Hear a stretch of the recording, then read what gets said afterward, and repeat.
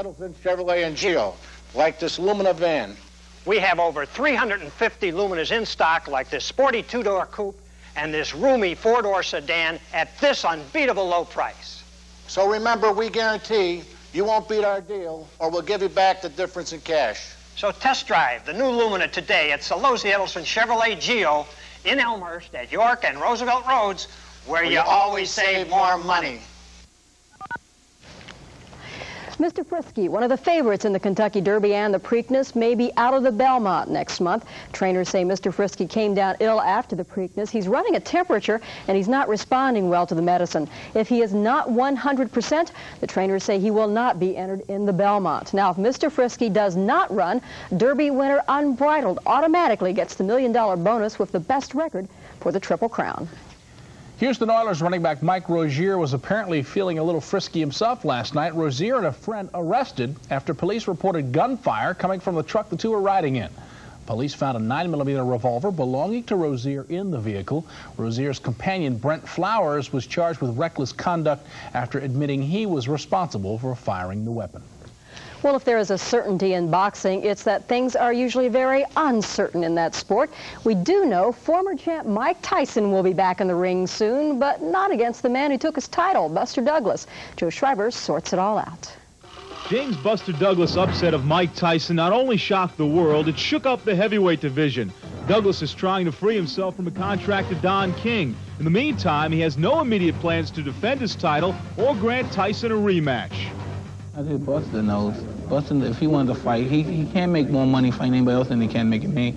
He can make the biggest payday by fighting me, but, you know what I mean? Anyone can win a title, you know what I mean? Providing you work hard and you get one of those great nights. Anybody can win a title, but let's see how long you keep it. I had it for 3 years and defended it 10 or 11 times. That's unheard of. It was a record that's been unheard of in 3 years. Tyson will join George Foreman on a card June 16th at Caesars Palace in Las Vegas. Tyson will fight Henry Tillman. Foreman takes on Adelson Rodriguez. The fight's being co-promoted by former arch rivals Bob Arum and Don King. King argues that Buster Douglas is the odd man out.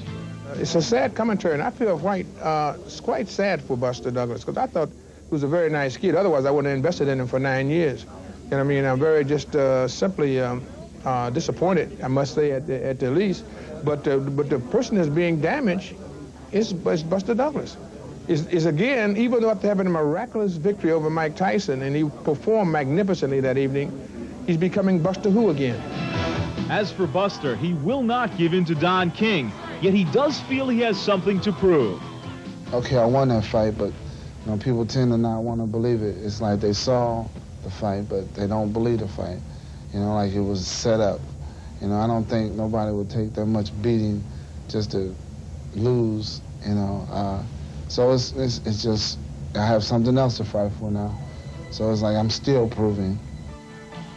But before Buster gets a chance to prove himself in the ring, he's chosen the courts as his battleground and Don King as his opponent. I'm Joe Schreiber for Sports Channel. And all this leading up to that big fight card June 16th at Caesars in Las Vegas. Tyson and Tillman and Foreman against Rodriguez.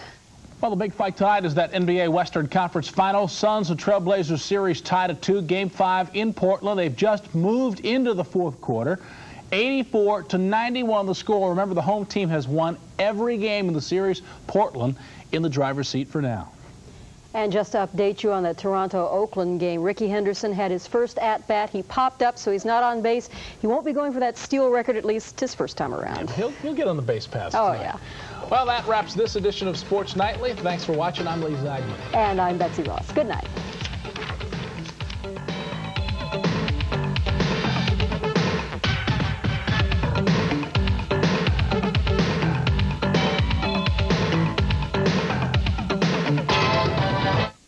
Jack Patton, publisher of Business Week. I'm proud that so many leading companies advertise in our pages. American Express, AT&T, General Motors. Business Week ad pages read like a who's who of business. Why do so many successful companies choose our pages to tell their stories? Because they're trying to reach people like you. People who are successful themselves, or well on their way to being there. Just look at the numbers. You see, I'm just as proud of our readers, too, because they help make Business Week the world's #1 business magazine. America's most successful business people read Business Week because it's simply the best source for objective reporting and thoughtful analysis of the week's business news, from international trade to personal finance. They get the full story in our pages every week.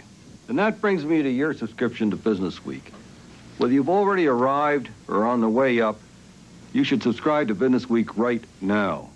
You will be in excellent company. Now is the time to subscribe to Business Week, because right now you can get 32 issues of Business Week for the low basic rate of $24.95, a savings of more than 60% off the $2 cover price. It's all the business news you need every week, the kind of value real success is built on. And with your paid subscription, Business Week will send you the compact data bank absolutely free. The data bank is more than a calculator. It also stores all your important phone numbers and even serves as an electronic appointment book. And remember, it's free with your paid subscription to Business Week. Here's how to subscribe. Subscribe today and get all the week's business news delivered to your home or office for only 78 cents an issue. Just call 1-800-841-0300 and we'll send you 32 issues of Business Week for only $24.95. This low basic rate saves you more than $39 off the cover price, and your satisfaction is guaranteed. The data bank is free with your paid subscription. That number again is 1-800-841-0300. Call now. From O'Brien Stadium on the campus of Eastern Illinois University in Charleston, Sports Channel presents the 96th running of the Illinois High School Association Boys Track and Field Championships. Hi, everybody. I'm Tom Stocker. Welcome to Charleston, Illinois. As a week ago, over 1,700 competitors qualified for the finals in sectional competition. Today, we're down to the last couple of hundred. They're going to go head-to-head today as we crown team champions on the A and AA level and individual champions on 18 events. Joining us on the broadcast is Lee Hallberg, and Lee is a former coach of track and field. This is the pinnacle. This is what you've been shooting for all the way back in January when you first started the indoor season. Well, this is what it's all about. We call it Showtime, the second season, whatever you want to call it, but it's what everybody works for. Individually, we've got two outstanding sprinters, and both will be significant factors in their team's title hopes today. First of all, in Class A, LaBeach Graves. He has been just the class of Class A sprinting the last 3 years. He is going for his third straight championship in both the 100 and the 200-meter dash. Just an impressive runner with a great start, and just starts literally at full speed. I don't think he can be beaten. In fact, I think the entire Cairo team would have to be held hostage for them not to win this thing today. They're outstanding. Take a look at LaBeach. He is just a qualifier who could easily run on the Class AA level. This is last year's 100-meter dash finals where he won the title for the second straight year. And again, Cairo is looking to avenge their 1-point loss to St. Anne's a year ago as they look to win their fourth state title in their last 8 years. The battle really is going to be for second. I agree. There are 5 or 6 teams that have a shot at second, but it's tough to imagine anybody challenging Cairo. Now on the AA level, of course, Anthony Jones of Danville finished in the top 3 in both the 100 and the 200 last year, and he anchors Danville's title hopes in this afternoon state finals. We look at some action from last year where he finished third in the 100, second in the 200-meter dash. He's a year older, a year wiser, and perhaps the class of the field in AA. Well, I agree. As LaBeach Graves is the man to beat in single A, Anthony Jones is in AA. And when we talk about Danville as a team, we're talking about 2 young men, Anthony Jones and Carl Long. You saw Jones there finishing third in the 100. Take a look at him. You see him right now, second from the right in the white over maroon. 2 individuals for Danville. You mentioned Long. They're in 6 total events. Can they pull it off? Can Danville win the team title? I'll tell you what, it's going to be, certainly they can do it, but it's going to be awfully tough. Those 2 young men had a miscue yesterday in a 400-meter relay, and I know they were very upset. It certainly may be a factor today. We'll know a little bit later, but I think that if those 2 young men can perform at the level they're capable, they may well pull it off. Joliet West may be the most balanced team in today's finals. They have potential winners in both the high jump and the pole vault, 2 outstanding sprint teams. The key might be the hurdles. I agree. They have quality depth throughout their whole team, but Terry Collins could be a big factor, and just how well he does may be the key. East St. Louis Senior won or tied for the state championship in AA. 4 of the first 5 years they have the AA level. They feel like this is their meet. Great tradition. They have the highest number of qualifiers, too. They do. They have 10 qualifiers in this meet. It looks like another track meet for East St. Louis Senior. Nobody comes to this meet with a greater tradition than East St. Louis Senior in Illinois track and field, and I would imagine they're really fired up. Their coaches have reminded them that they've been here before in this situation. I think the key, however, is whether or not they can can have a relay team or an individual score high enough to get the big points. In terms of scoring and determining the team championship, we scored the first 8 places in the finals here at Charleston. First place wins 10 points. Second place gets 8. Third place gets 6 points. And then on down the line with 1 point being awarded for 8th place. That's how we total them. So even when you finish 7th or 8th, that could be a factor in the team race. In fact, many races, many finals have been determined on somebody just finishing in 8th place. Well, sure. That's why you're looking at East St. Louis Senior with 10 qualifiers and Joliet West with all of their qualifiers. They can nickel and dime you to death throughout the course of the afternoon, and with 1 or 2 first places and a handful of 4th, 5th, or 6th, it can be done. So the stage is set for the 96th running of the Illinois High School Association Boys Track and Field Championships. Coming up, our first event of the afternoon, the Class A 3,200-meter relay. That'll be coming up after this, as the State Track and Field Finals come your way on Sports Channel.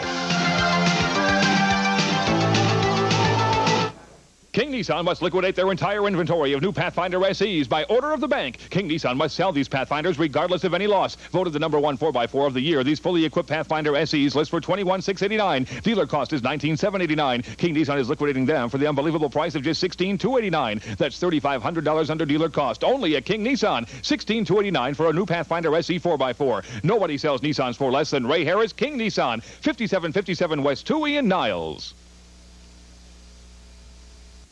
If you're concerned about getting rid of weeds this way, try a better way. Hi, I'm Jim Martindale, and I'd like to introduce you to another great gardening product, the Weed Popper.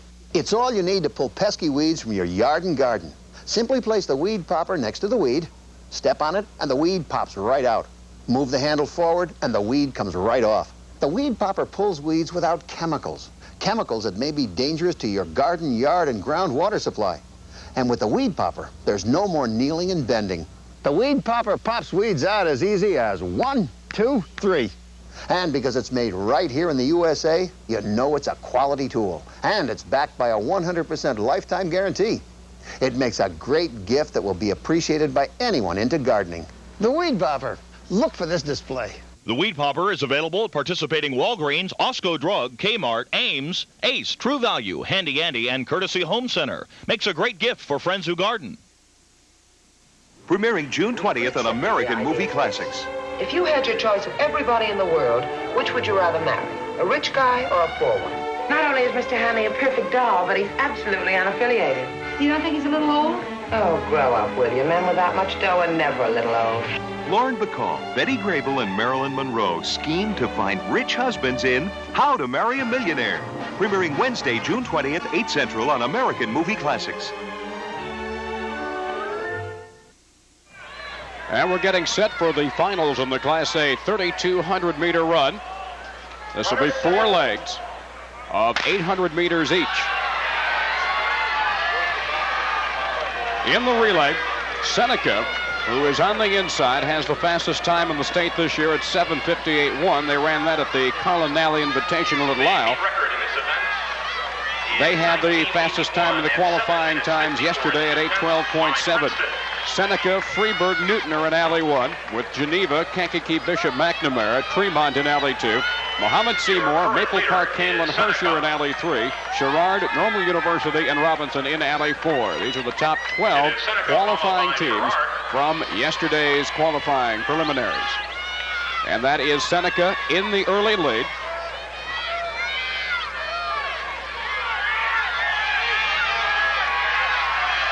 Four legs, 800 meters each, a total of 3,200 meters in this initial race. And at the first 400 meters, they were 57 seconds.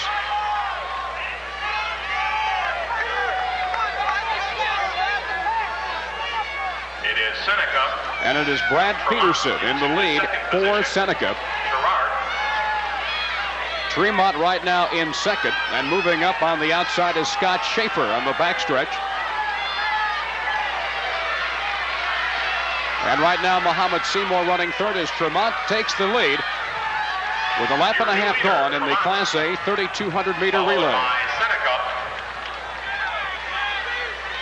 Mohammed Seymour in the third position. Now we pick it up with about 500 meters to go. You see Mark Aubrey, a junior from Seneca, and you saw their wide lead on the rest of the pack here in the Class A 3,200-meter relay. Great second leg by Jason Eltrevog, who got the lead for him, and then a great third leg from Jason Burton to extend the lead. And Aubrey's been leaving the pack. Seneca ran into some problems late on their first leg as Tremont bid for the lead there, Lee. Well, yes, Seneca's doing just exactly what they did yesterday, and that's simply running away from the field. They qualified 7 seconds ahead of everybody else in this event yesterday, and after the second leg, it's never been in question. Entering today's race, 6 of the top 7 times in Class A in this event were represented, and the best was Seneca with that 7:58.1 earlier this season at Lyle. They qualified in the sectionals at 8:02, and yesterday in the preliminaries ran 8:12.7. Tremont has now moved past Geneva in the second. Geneva had the second fastest time this year at 8:11.56. But here comes Mark Aubrey as Seneca, who won the Class A cross-country team championships last November in Peoria, wins the initial event unofficially 7:58, which is very close to their best time of the year. Tremont finishing second, Geneva in third, and Bishop McNamara unofficially in fourth, followed by Muhammad Seymour. So again, unofficially about 7:58. As you see, the Victoria Seneca foursome celebrating their apparent victory in our first event of the afternoon. We want to go back and take a look and see just where they were able to take the lead back from Tremont. The initial leg by Brad Peterson left them in first, but after 800 meters, Tremont took over the lead. Here is Jason Eltrevog, and he's in a good position. Right at the top of the backstretch, Lee, he moved to the outside and just sprinted right by. He did. He took charge at that point, was running well in control. And from that point on, we're never challenged. So Seneca wins the Class A 3,200-meter relay with a time of 7:58. And Streamwood in Alley 2, Naperville Central, Hoffman Estates, and East St. Louis, Lincoln. In Alley 3, Park Ridge. And so now we'll determine the Class AA champion in the 3,200-meter relay. In Alley 1 at Chicago Heights, Bloom, Elmhurst York, and Streamwood. In Alley 2, Naperville Central, Hoffman Estates, East St. Louis, Lincoln. In Alley 3, Main East of Park Ridge, St. Charles, Decatur, MacArthur. And in Alley 4, Lyons Township, Normal Community, and Wheeling.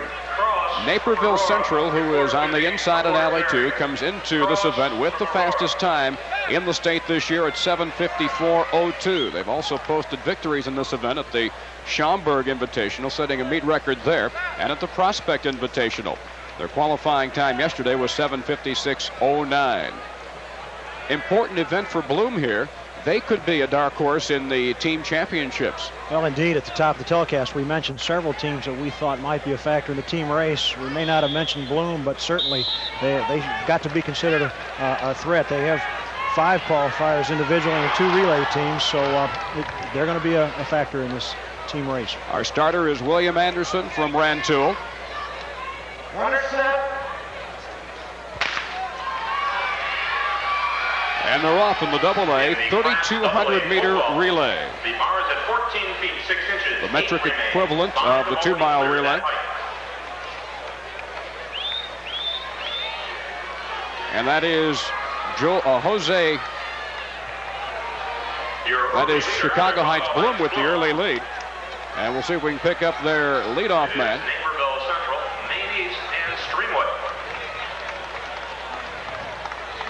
That is Joel Brooks, a junior, the leadoff man for Bloom as they take the lead with Naperville Central right now running second.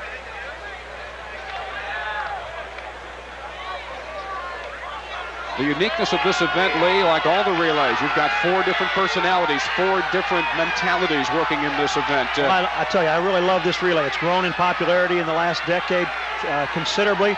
At this point, you've got to have probably your number 2 runner leading this thing off, because if you don't have somebody who can run 156 or 155, you're really going to be out of the race. Take a look at Dan Nolan, number 640. What a tragic story for him, and that stress fracture has taken one of the best milers and 2-milers in the state out of contention. This is apparently his only event for Naperville Central. And of course, he was one of the favorites last fall in the state cross-country finals. An outstanding runner. That stress fracture has really affected him. Well, yes, indeed. I tell you, if you have to have anybody lead off for you, I'd love to have Dan Nolan do it. And of course, he's going to put them in great shape, I am sure, by the time they give this baton up.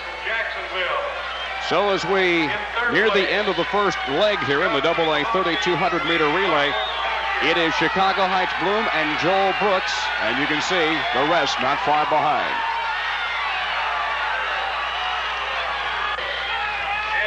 And with just over 400 meters left, you see Naperville Central, Sean Person with the commanding lead on the rest of the pack with a lap to go in the AA 3,200 meter. Bloom right now is running second. Their anchor man, the sophomore, Jose De Leon. York now is running third.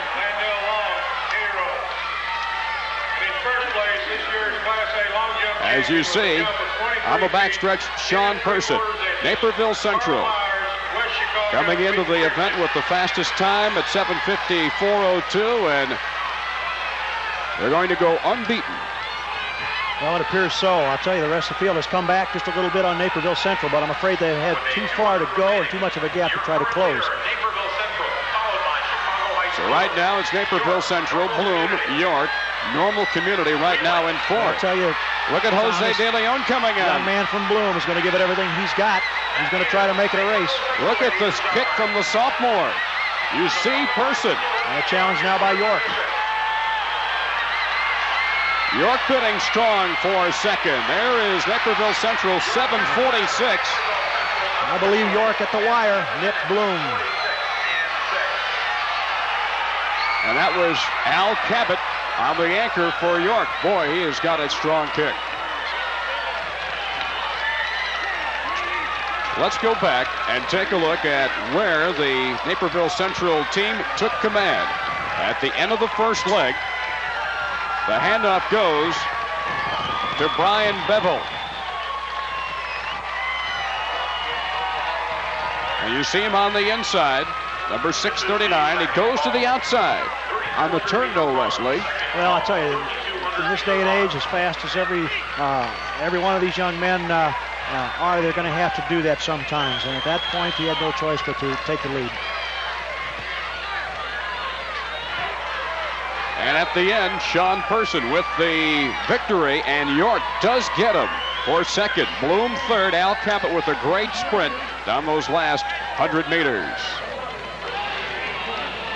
So Naperville Central's crowned the champions in the Class AA 3,200 meter relay.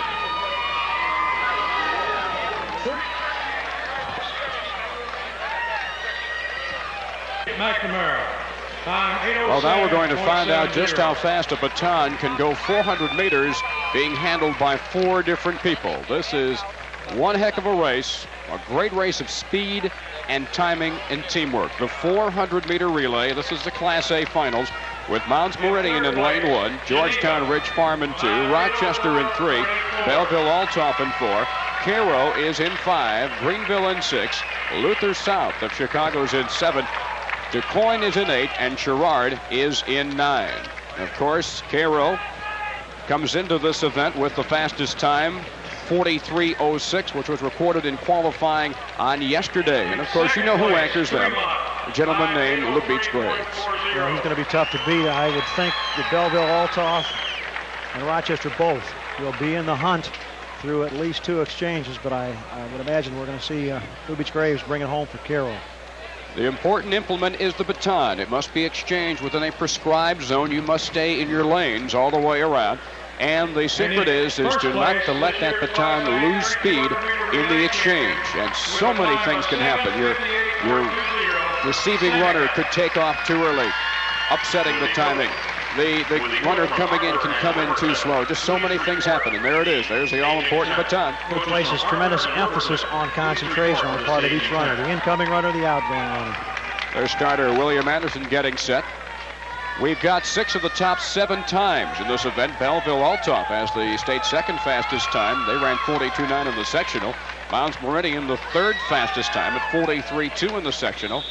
Luther South in the qualifying yesterday ran 43.74 for the state's fourth fastest time. It's over in a hurry, but a lot happens in 400 meters. On your mark. The runners are called to their marks. Olympic false start rules. You are disqualified if you false start just once. There's no second chance. The starter will wait to see that all runners are comfortably in their blocks and ready to assume the set position. Set. A clean start. The Class A 400-meter relay.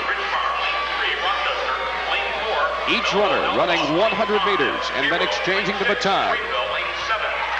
Cairo has the early lead after the first exchange, but also on the outside in the purple, it's Sherrard. But right now it is the Cairo pilots, but also looking strong in the black and red, Luther South, and they've got a kid named Connolly as their anchor. Well, that name is not new. Is very familiar with Illinois track and field fans. But down the stretch here's LaBeach Graves. Rochester is in the orange on the inside, but look at Graves pull away from the pack. The battle will be for second as Graves unofficially 42.52 with Rochester looking to get second and Luther South of Chicago getting third. There, folks, you see, regardless of class, the best sprinter in the state of Illinois, LaBeach Graves. That is close. Our unofficial time is very close to the Class A best of 42.52 set by Cairo in this event, and that was in 1987 in the preliminaries. Look at the final exchange. Look at the timing. They're right in sync. Graves gets the baton early in the exchange zone, which of course you'd want. A young man of his caliber. There's Connolly. There's Steve Connolly. Mike's younger brother. Mike, a 4-time individual champion in this event.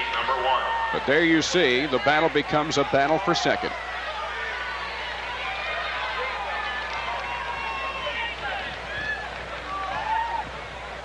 He's so strong. Let's watch now at the finish line for second. And it's close, but our slow-mo shows Rochester just edging out Luther South. So that's the Class A 400-meter relay. In just a moment, we will have the AA finals in this event.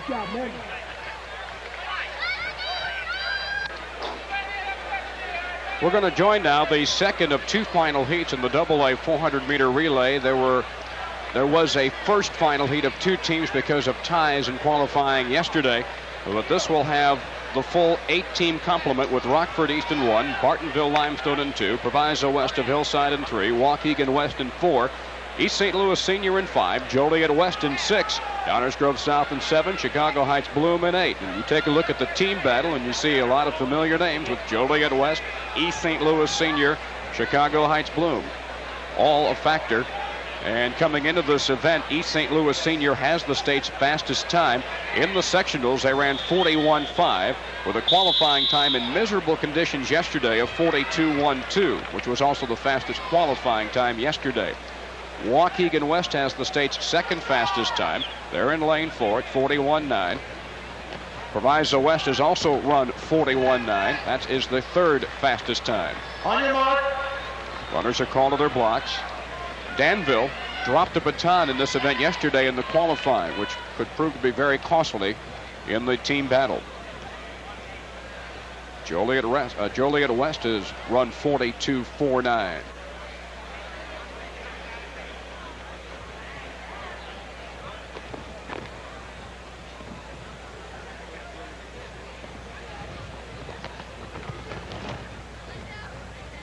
Set. And a clean start in the AA 400-meter relay. Early leader, East St. Louis Senior. They're in the blue, and they had a delayed exchange, and it cost them some time. Now it looks to be Joliet West. Also coming up on the inside, Bartonville Limestone. Proviso West also up in there. Waukegan West now coming out of the final exchange, and they have a bad exchange. And that gives it right there to East St. Louis Senior. It's East St. Louis Senior. Waukegan West is still charging. It's going to be close. East St. Louis Senior anchorman pulls up coming down the stretch, and it cost them first place.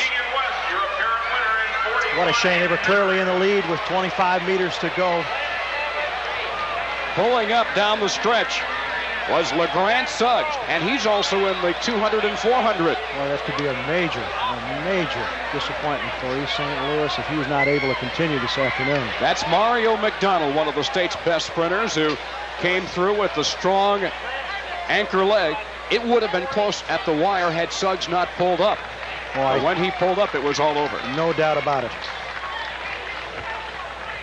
Take a look at East St. Louis Senior on their first handoff. The baton will lose some speed, Lee. Well, as you mentioned earlier, it is a matter of critical timing. Right there, just missed getting the baton right to the hand. They both carried it much too long. Now watch LeGrand Suggs on the inside for Waukegan West. Mario McDonald in the green. Joliet West with Rich Waters. And there you see him pull. You see the grimace on his face.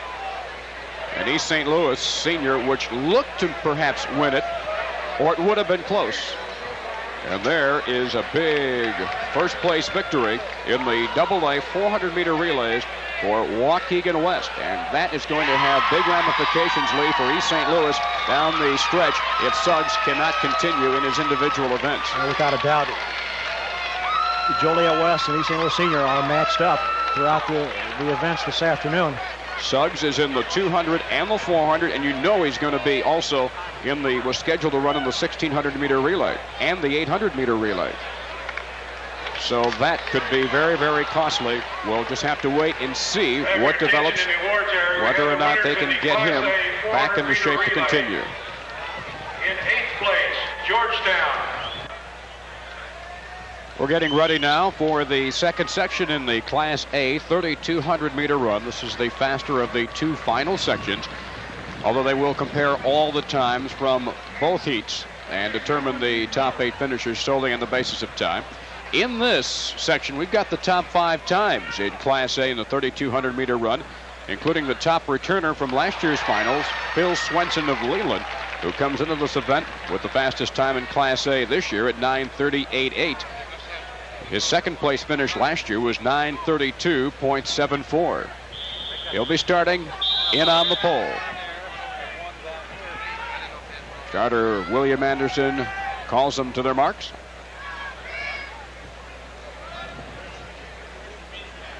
Runner set. 8 laps around the track here at O'Brien Stadium, the 3,200-meter run Class A finals. They will cut for the inside lane at the top of the backstretch. Back over here. Chris Adesso, Wheaton St. Francis, Mikkel Ferry, Seneca, Jeff Trask, Vivian Oakwood. And we'll pick up your early leaders here in just a moment as David Lewis, Fairfield. Mike Fitzgerald, moving out to the outside is David Ekberg of Pecatonica trying to make a bid for the lead. Brees Mockerdee. John But right now it looks Dan Schisler, like Mike Fitzgerald of Mendota. Ryan Meese, Gardner South Wilmington. Nope, the leader is from Columbia. That's Matt Kopp, a senior, wearing number 315. He's got the lead after the first lap. Phil Swenson, the top returnee, is right behind him. You see him with the Leland across his singlet.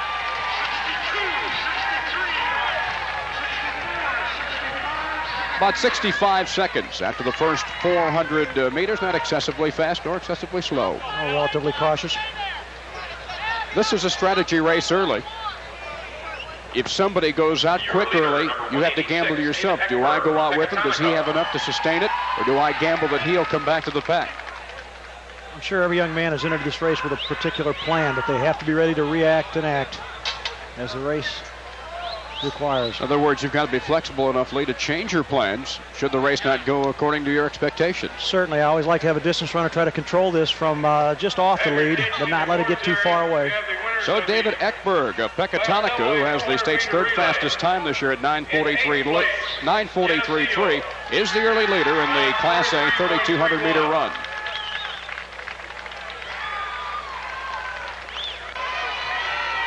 Now with about 500 meters to go, there you see the state cross-country champion Class A, John Eggenberger in the all-black, but now Phil Swenson of Leland takes the lead.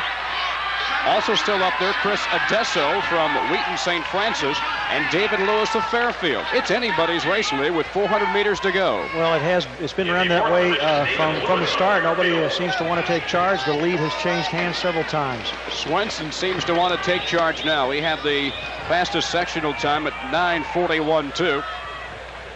Chris Adesso of Wheaton St. Francis came in with the second fastest time. He ran 9:42.0 at the Carlin Nally Invitational at Lisle. Now, moving up on the outside, that's David Lewis of Fairfield, who was 7th in this event a year ago.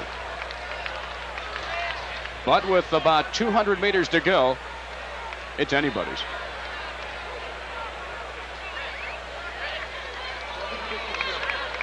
Phil Swenson slowly stretching out a lead. And now it's going to come down to the kick, the last 100 meters. Last 500 meters.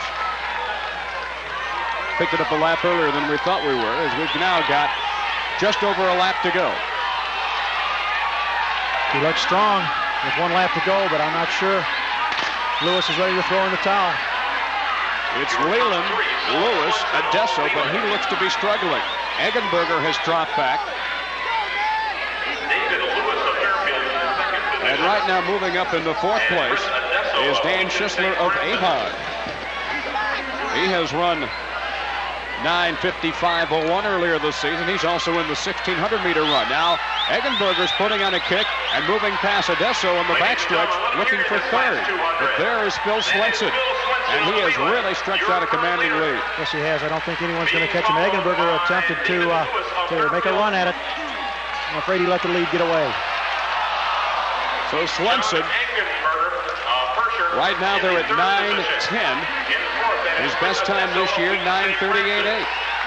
So he finished 2nd a year ago, and he's about to claim the top spot here.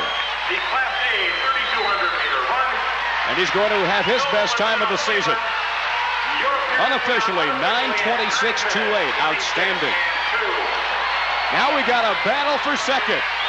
Can Eggenberger hold him off? It looks like he did at 9:35. The fast charge coming up from Brad Kaufman, a sophomore from Tremont, as suddenly there was a traffic jam coming right behind Eggenberger in the battle for 2nd.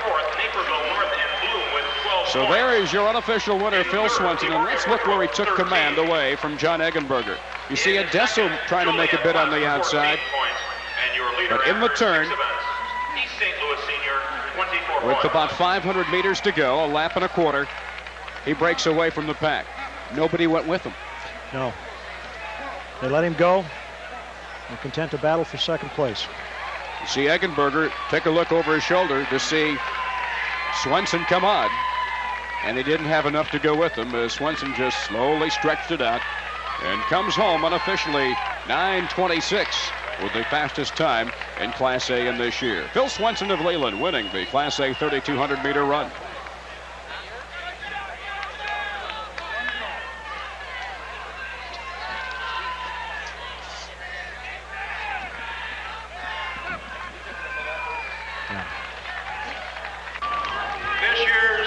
We're getting set now for the AA 3,200-meter run. This is the 2nd, the faster of the 2 final sections.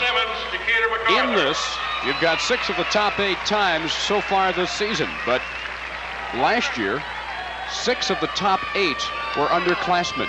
And this race shaped up back in January to be a heck of a final. But then came the unfortunate stress fracture to Dan Nolan. Rick Miller is going to go on and run the mile.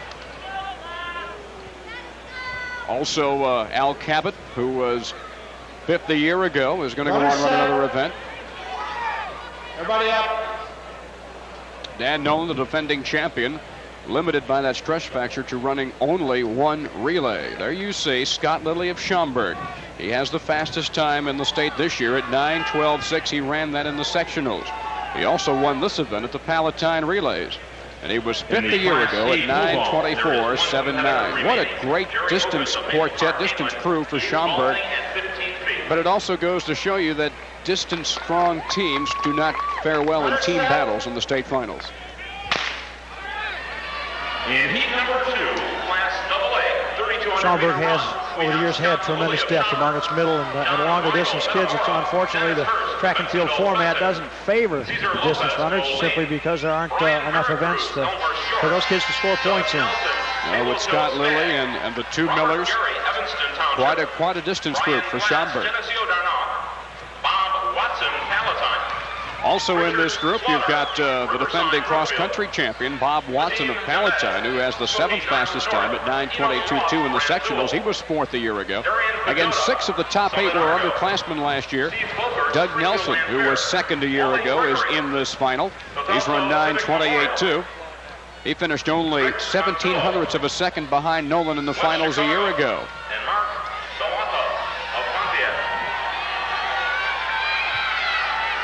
Everybody else has fallen back into a pack except for your leader after the first 400 meters.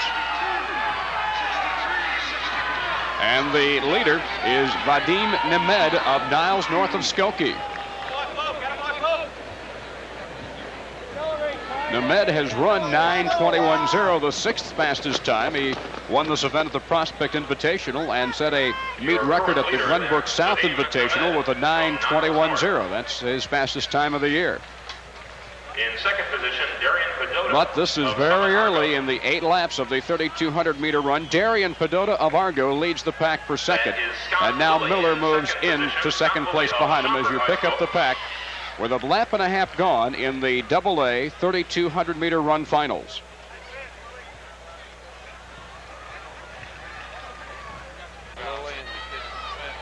We've now got about a lap and a quarter left in the second section of the AA 3,200-meter finals. That is Scott Lilly of Schaumburg with the lead. Dennis Hurst right now is second. Brian Vercruz of York is third. And you fall back, Robert Gary of Evanston fourth. And Vadim Nemad, who went out so quickly early, is still in the hunt as they are 8:02 with 1 lap to go. 400 meters left. And Lee is starting to stretch it out. And I think that those who attempted to try to run with him early have paid a price. They're just unable to do it. There goes Brian Vercruz in the second, past Hurst. Now here comes Robert Gary of Evanston. He's a junior, and he is shooting up in the second place. Gary of Evanston moving into the second position. Hurst looks to be slowing down just a hair. Well, he may be well in control, but this young man from Evanston looks like he is on a mission. Now, I'm not sure Lilly realizes how close. Now Lilly's kicking it. He's kicking it into gear now. They're at 8:50. Should be an outstanding time. Lilly of Schaumburg and Robert Gary with a strong finish, the junior from Evanston. They're at 9 minutes. This will be by far the fastest time this year. 9:05 unofficially. By 7 seconds, the fastest time. Vercruz third, Hurst fourth, and Vadim Nemad fifth. Followed by Watson, and then Darian Padota. But there is Scott Lilly, who posted an early 9:17.4 early in the season, then went on to win the Palatine Relays at 9:30.04. And then ran his fastest time until today in the sectional qualifying at 9:12.6. Let's take a look and see where he took control, as Folkerts from Springfield Lanphier had taken the lead on the second lap. And then it was Lilly taking it over right past the 1,200 meter point, just approaching the halfway point of the race. Several stayed behind him, Lee, trying to go with him. But in the end, he was just too much for everybody else to hang on with. There you see Folkerts, who had an early lead for a while. Now you come back to action here. You see this is at the end of the first 1,600 meters, the halfway point, 4 laps to go. Folkerts and Lilly. This year's Class A 3,200-meter run champion with a time of 9. We saw two separations in this race. At the mile mark, the top 10 in this event decided to go after it and really pulled away from the rest of the field. And then at the mile-and-a-half mark, we saw the top 5 or 6. And look at the strong finish from the youngster from Evanston, Robert Garria Jr., as he came on very strong with the kick, closing the gap right down until he ran out of time. But there is Scott Lilly of Schaumburg, your champion in the AA 3,200-meter run.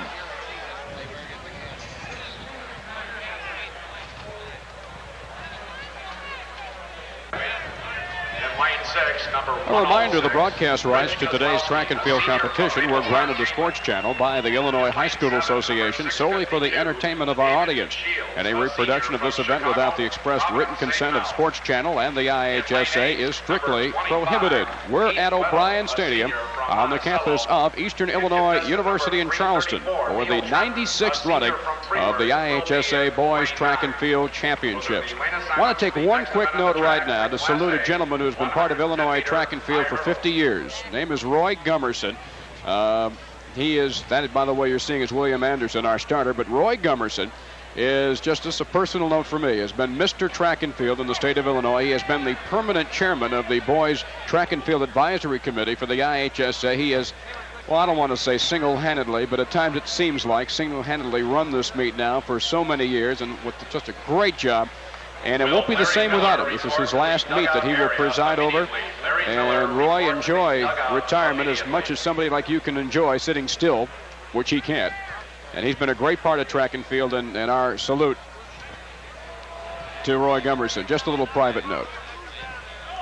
Well said, Tom. I don't think there's another individual who has made as much of a contribution to track and field, not only in Illinois, but throughout the nation.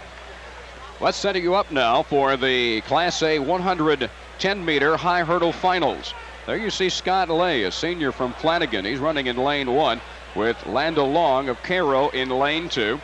T.J. Wheeler from Christopher, who signed a basketball scholarship with Illinois, is in lane 3. Tony Ewell of Luther South in Chicago's in 4. The fastest time owned by number 358 there, Matt McLean of Aurora, Illinois Math and Science Academy. Then in lane 6, it's Rich Kozlowski, number 106 from Maple Park, Canelan. David Shields of Chicago Providence St. Mel's in 7.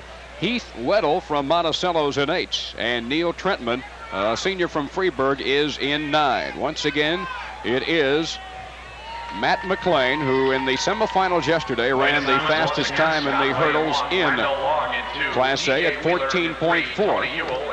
Kozlowski has the second fastest time. Earlier this season, he ran 14.45. Ewell has run 14.5 when he won the Carlin Nally Invitational. He also had the fastest sectional qualifying time at 14.6. T.J. Wheeler, quite an athlete. He has run 14.8. That was in the semifinals of yesterday's qualifying. And of course, this is a point producer perhaps for Cairo with Lando Long, who comes in with the 7th fastest time.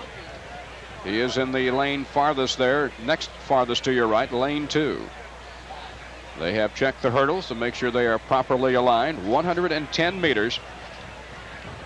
Right now they're running into a slight breeze of a headwind. Wind not a factor today, Lee, like it was yesterday, where during the AA qualifying, it had to be continually gusting over 25 miles an hour with a driving rainstorm.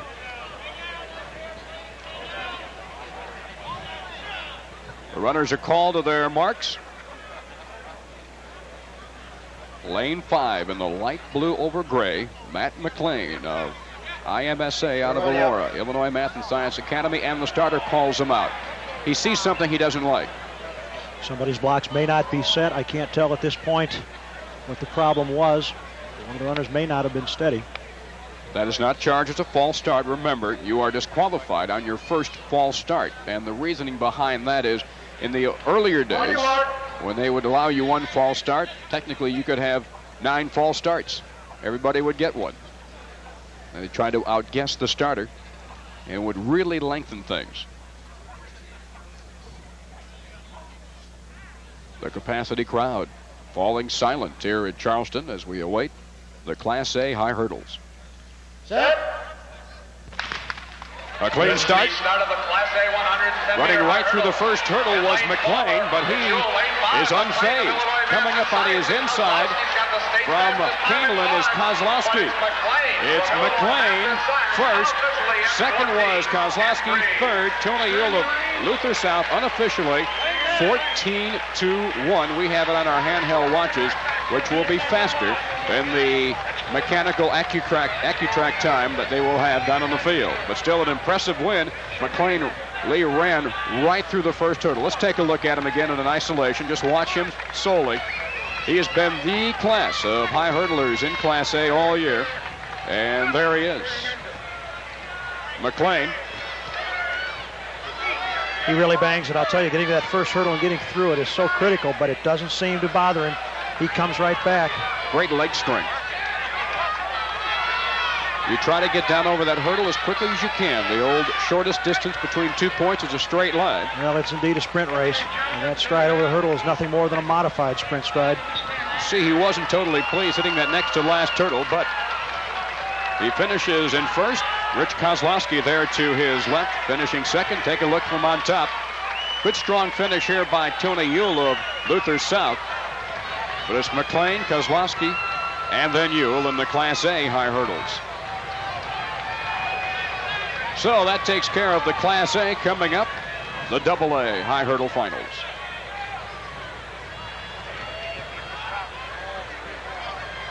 And Poole in lane 9. And here we are with the AA high hurdles. As in this race, we've got the owner of the fastest time in Carl Long of Danville at 13.8. He ran that in the sectionals. Here are the lane assignments. There's Kojo Linder of Chicago, young and 1 in lane 2. Antonio Henderson of East St. Louis Senior. Lane 3, Terry Collins of Joliet West. Lane 4, John Strickland of Glenbrook South. Lane 5, there is Carl Long of Danville. Next to him in 6, James Losser of York. Lane 7, Raphael Baudou of Streamwood. In lane 7, Brian Doxey from Proviso East. And in lane 9, he's the son of the Bloom head coach. The same name, Lonell Poole is the name. And technically, he might be the best hurdler in the AA finals here in terms of his style, with that great coaching from his dad. His technique is indeed very sound. You take a look. Long has the fastest time, as I said. Strickland, who is in lane 4, is tied for the second fastest time with Nick Reed of Decatur MacArthur at 14.0. That was in setting a meet record at Glenbrook South on May the 5th. Poole's fastest time came at Glenbard West at 14.04. He could come in from the outside.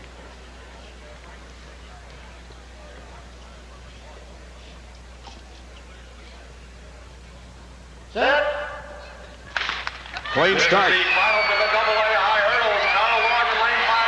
It looks to be Strickland right now. Coming up on his outside is Terry Collins. Strickland stumbles. Collins takes over the lead. It's Collins, Long, and a battle for third. Midway through the race, a stumble for John Strickland cost him. He was starting to pull away, but then Collins took advantage of it, shot by him in lane 3. Carl Long finished second. Big points for Joliet West, as Danville also picks up points, but again, they needed to win just about every event they were in the 6 individual events. Take a look. We picked it up there just after the stumble, and it looks like getting third was Raphael Baudou of Streamwood. Watch it again. We isolate on the middle lanes, Lee. Boy, Long gets out just super in this race. The white over maroon. Strickland hit the 7 hurdle too hard, and it really took him out of the race at that point. Knocked him off stride.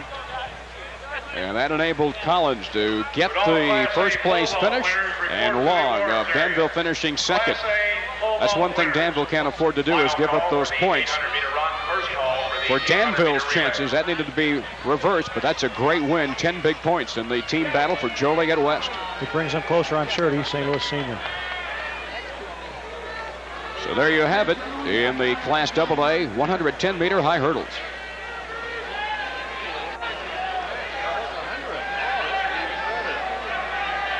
And Carter is in lane 9. The Class A 100-meter dash finals. The lane assignments: in lane 1, Chad Nugent of Bishop McNamara and Kankakee. Lane 2, Don Rice of Tremont. Lane 3, Andre Rush of Belleville Altoff. In lane 4, there you see Kevin McWilliams of Bounds Meridian. In lane 5, Lou Beach Graves of Cairo. Lane 6, Mark McQuain of Freeport Acquin. Lane 7, Theo Durham of Providence St. Mel. Scott Earl of Aledo is in 8. And Eric Carter of Walter Lutheran of Melrose Parks in 9. Lou Beach Graves, the two-time defending champion, has run 10.26. And they're off. This is the Class A 100-meter dash. Graves in about it.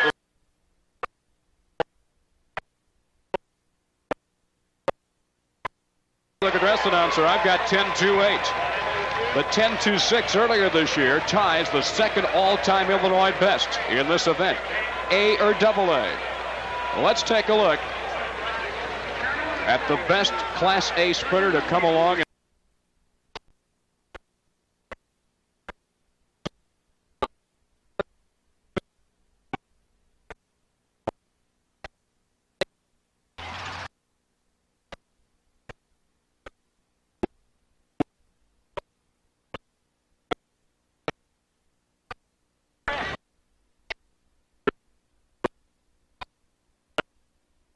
Lane 6, Mark McLean of Freeport Acquin, who was 8th a year ago, will finish 3rd in the Class A 100-meter dash, and 3 times he's won this event, Lou Beach Graves of Cairo. In 4th place, Brian Rebahan of Naperville Central. In the double A 100-meter dash finals, the finalist, Larry Elizalde of Kenwood in 1, Dwayne Wright of Downers Grove South in 2, Reggie Patterson, Rockford East in 3, Mario McDonald, Waukegan West in 4, Russ Bohr, Libertyville in 5, Anthony Jones of Danville in 6, Robert Webb of Springfield Southeast in 7, Darrell Mathis of Lockport in 8, and Kernice Taylor of Rich East in 9. The fastest time in double A, Anthony Jones.